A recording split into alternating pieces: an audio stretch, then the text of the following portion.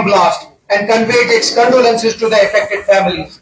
The committee stated that the incident must be investigated at the highest level and responsibility fixed for any deviation from the standard operating procedures. Resolution 5, the working committee expressed serious concern over the reports of harassment faced by the students, traders and residents of Jammu and Kashmir in different parts of the country. It strongly condemned their selective targeting in the aftermath of the recent events.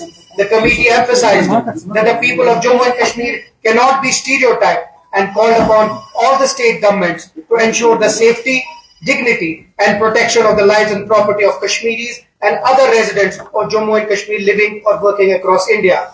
Not every Kashmiri is a terrorist or a supporter of terror. Resolution 6. The working committee reiterated the party's unwavering commitment to fulfilling all promises made in its manifesto.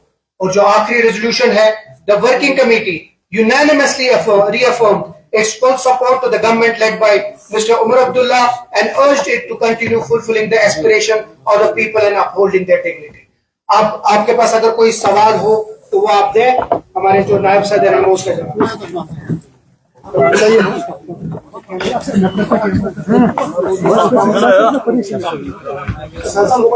सबसे पहले कल बताया गया था कि बड़ी commission meeting थी तो बड़गाम की उसके बाद हुई और सबसे बड़ी चीज कल नासिर ने बोला था कि हमने गवर्नेंस के ताल्लुक से भी बात की। तो व्हाट वाज द की? जाहिर सी बात है, साल से ज्यादा हो गया हुकूमत बने हुए,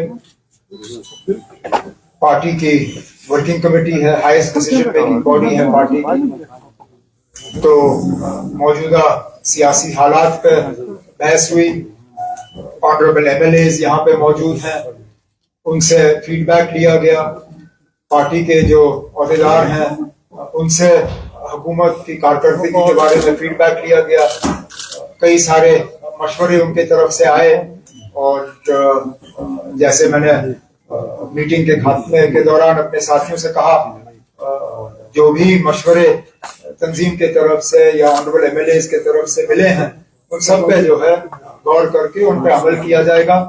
बड़गाम के हवाले से भी बात हुई और बड़गाम के नतीजों का भी जो है जायजा लिया गया, न सिर्फ बड़गाम का बल्कि बड़गाम के साथ नगरोटा में भी इलेक्शन हुए थे, दोनों का जो है जायजा लिया गया और जहां कहीं खामियां सामने आई हैं उनको जो दुरुस्त करने के लिए तंजीम के तरफ से फैसले लेने होंगे, वो फैसले आने वाले दिनों में लिए जाएंगे।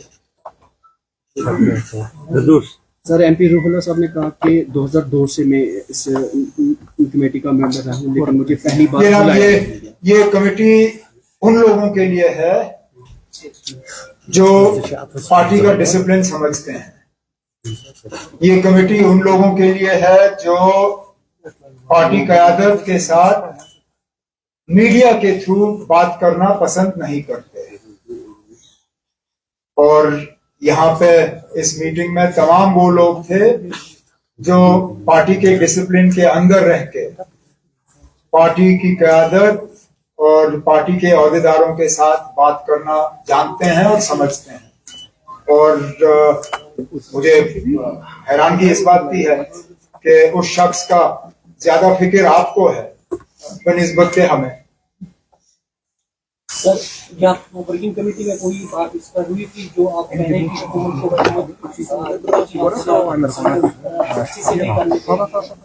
तो बातें तो बहुत हुई, इस बात पे भी जाहिर सी बात है मैंने खुद और मेरे साथियों ने वर्किंग कमेटी को इस बात के बारे में बाखबर किया कि कितने सारे ऐसे इदारे हैं जिनका कंट्रोल इलेक्टेड गवर्नमेंट के पास होना चाहिए लेकिन नहीं है। मिसाल के तौर पे स्कीम्स में इतनी वैकेंसियां हैं, स्कीम्स के कामकाज को आज बहुत ज्यादा नुकसान का सामना करना पड़ रहा है, लेकिन स्कीम्स की फाइलें जो है इलेक्टेड गवर्नमेंट के पास नहीं आती। स्कीम्स की मैनेजिंग कमेटी का चेयर जो है, जो चीफ मिनिस्टर होना चाहिए, वो नहीं है। 2 यूनिवर्सिटीज हैं जो एज पर एक्ट चांसलर उनका चीफ मिनिस्टर हुआ करता था, बाबा गुलाम शाह बादशाह university, Islamic university of science and technology. ये दोनों इदारे इलेक्टेड गवर्नमेंट को वापस नहीं दिए गए। Cultural academy, power development corporation, इस तरह की बहुत से ऐसे मिसाल हैं। डायरेक्टर इंफॉर्मेशन, ये पोस्ट JKS अफसर का होना चाहिए। इट्स अ कार्डर पोस्ट फॉर JKS अफसर्स। क्या मजबूरी है कि उसमें बार बार IAS अफसर लगाया जाता है? तो इसके बारे में हुकूमत ने, मतलब हमने अपने साथियों को इसके बारे में बताया हुआ है। और जैसे रेजोल्यूशन में आपने सुना दूसरे नंबर पर, इसका इलाज यही है कि जो वादे मरकज के तरफ से जम्मू कश्मीर के लोगों के साथ ही नहीं बल्कि मुल्क के लोगों के साथ किए गए। जब पार्लियामेंट में वादा किया गया वो सिर्फ जम्मू कश्मीर के लोगों के साथ नहीं था, वो पूरे मुल्क के साथ था। जब सुप्रीम कोर्ट को अश्योर किया गया कि स्टेटहुड की बहाली जो है 3 stage process, delimitation, election, restoration of statehood, 2 steps तो हो गए, अब तीसरे स्टेप में देरी की, तो इस पर तफसीलन बात हुई। अब जरा उमर साहब, सवाल हो सकता है आपको इसमें 2-3 सवाल दिखेंगे। 1 साल से क्योंकि ये बातें लोगों में हो रही है, मैं भी सुनने का मौका मिलता है। 1 साल से इस गवर्नमेंट में तजब्जुब है, कंफ्यूजन। एक साइड से लेफ्टिनेंट गवर्नर का बयान बार बार आता है कि मेरे पास ये लॉ एंड ऑर्डर है, कुछ चीजें हैं, इस गवर्नमेंट को बहानेबाजी बंद करनी चाहिए, अपने इख्तियारात का इस्तेमाल करके लोगों के काम। दूसरी साइड से जम्मू का जो इंसिडेंट हुआ, इन चीजों को मद्देनजर रखते हुए लोगों के तहफ़्फ़ुज़ के लिए ये गवर्नमेंट किस तरह का हो? तब हम तो चाहते हैं कि ये कंफ्यूजन दूर हो जाए, और इस कंफ्यूजन को दूर करने के 2 ही तरीके हैं। या तो इन लेटर एंड स्पिरिट जो J&K रीऑर्गेनाइजेशन एक्ट है उसको आप फॉलो करिए, नहीं किया जा रहा है। हम अपने दायरे से बाहर नहीं जा रहे, लेकिन हमारे दायरे में जो है दखल दिया जा रहा है। जो बुलडोजर चलाए जा रहे हैं वो मेरे हुक्म के मुताबिक नहीं चलाए जा रहे हैं, वो अफसर मेरा लगाया हुआ भी नहीं है। अगर बुलडोजर चलाना ही है तो कम से कम उस महकमे के मिनिस्टर से तो पूछ लेते, उनको कॉन्फिडेंस में लिया जाना चाहिए। ये कहना आसान है कि अब हम दखल नहीं देते। अगर दखल नहीं दिया जा रहा होता बुलडोजर कैसे चलता? मजाल है कि कोई अफसर अपनी मर्जी के बुनियाद पर बुलडोजर चलाएगा। मैंने जैसे इससे पहले दोपहर को कहा, गैर कानूनी सरकारी जमीन पे कब्जे के हक में कोई नहीं है, लेकिन इकलौता आप किसी एक कम्युनिटी या किसी एक एरिया को टारगेट करो सिर्फ इलेक्टेड गवर्नमेंट को बदनाम करने के लिए, यह ठीक बात नहीं है। और मैंने जैसे कहा इसके इलाज 2 तरीके से हैं। फिलहाल जो J&K रीऑर्गेनाइजेशन एक्ट है उसको लेटर एंड स्पिरिट में इंप्लीमेंट करिए, जो सेपरेशन ऑफ पावर्स हैं उसको रिस्पेक्ट करिए, और जल्द से जल्द जम्मू कश्मीर में दोबारा स्टेटहुड बहाल करिए। इस कश्मकश में आपने मान ही लिया कि 4 साल तक हमें स्टेटहुड नहीं मिलेगा। मैंने तो कम से कम अभी फिलहाल हार नहीं मानी ना। मैं तो मान के चलता हूं कि मरकज की हुकूमत जो है वो कम से कम इतने झूठे तो नहीं है कि पार्लियामेंट में वादा करने के बाद भी वो अपने वादे से मुकर जाएं। या तो फिर वो तस्लीम करें कि वो जम्मू कश्मीर के लोगों को सजा दे रहे हैं इस बात की यहाँ बीजेपी की हुकूमत नहीं बनी, तो ठीक है, फिर हम ये बर्दाश्त करेंगे। लेकिन जहां ये कहते हैं कि हम जम्मू कश्मीर को स्टेटहुड देंगे, अच्छा, जिन चीजों को वजह बनाया जाता है हमें स्टेटहुड से महरूम रखने की, पहलगाम हो, दिल्ली का हमला हो, उसके लिए इलेक्टेड गवर्नमेंट कहां कसूरवार है ना। अगर सिक्योरिटी फेलियर हुआ है, सिक्योरिटी हमारी जिम्मेदारी है ही नहीं। आप हमें सिक्योरिटी दे दीजिए और फिर देखिए ना, ऐसे हमले हुए जब हम सिक्योरिटी के लिए जिम्मेदार थे। मैं 6 साल चीफ मिनिस्टर था, कभी पहलगाम जैसा हमला हुआ जब मैं चीफ मिनिस्टर था? मैं 6 साल चीफ मिनिस्टर था, कभी दिल्ली जैसा हमला हुआ? आप हमें जिम्मेदारी दे दीजिए और फिर देखिए, अगर हम नाकामयाब रहे तो वापस ले लीजिए ना अपना स्टेट। पार्लियामेंट आपके पास है, आप दोबारा यूटी बनाइए। लेकिन जो चीजें इशू है, पावर का जो इशू बड़ा बनता जा रहा है, पावर में इशू क्या है ना? What is the issue in power? We want people to get good quality electricity at lower prices.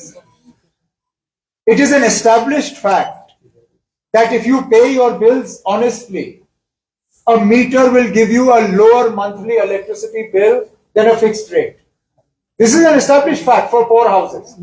For richer people, it might be different. But in poor houses, a meter actually gives you a lower monthly electricity bill.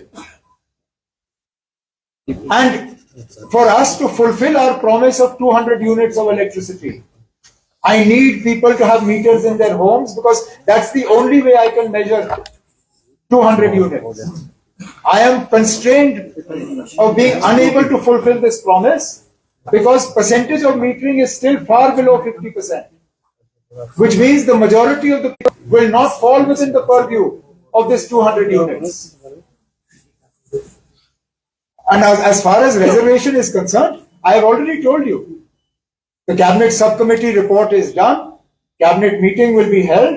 We were again constrained by the fact that I did not want anybody to sabotage this by going to the election commission and saying they've done this because of code of conduct.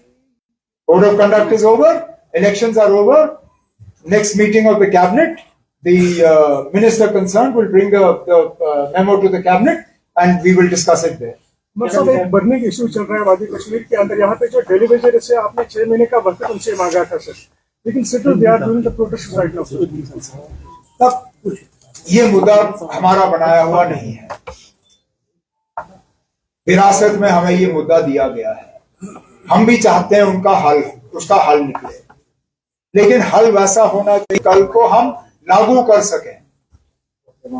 हमने डेलीवेजरों से वक्त मांगा है, इससे पहले किसी हुकूमत ने उनका कोई काम नहीं किया है। इससे पहले जो हुकूमत बनी थी 2015 में, उन्होंने झांसा देने के अलावा इनके लिए कुछ नहीं किया। जो लोग हमें हम नेशनल कॉन्फ्रेंस को मंशूर याद दिलाते हैं, मैं उन्हें याद दिलाना चाहता हूं कि सबसे बड़ा धोखा मंशूर के साथ पीडीपी ने किया, जब उन्होंने 2014 में बीजेपी के खिलाफ वोट मांगे और फिर बीजेपी के साथ जाके हाथ मिलाया। हम लोग कम से कम वो हैं जो मंशूर में वादा करते हैं, चलिए वक्त लगे लेकिन हम अपने वादे पूरे करते हैं। हमने कहा था हम बीजेपी को बाहर रखेंगे, बीजेपी को बाहर रखा। हमने कहा हम असेंबली में रेजोल्यूशन लाएंगे, रेजोल्यूशन लाया। हमने कहा हम कैबिनेट लाया। हमने कहा हम लोगों के मुतालबे हल करेंगे, एक एक करके हम मुतालबे हल कर रहे हैं। हमने अपने मंशूर को नजरअंदाज नहीं किया, हमने सिर्फ ये कहा कि ये 5 साल के लिए हमारे वादे हैं लोगों के साथ। आपने जब हमारी परफॉर्मेंस को नापना होगा, आप तब नापिए जब हमारा टर्म खत्म होगा। कैबिनेट एक्सपेंशन के लिए कोई डिसीजन यहाँ पर लिया गया, कोई बात हुई सर? क्या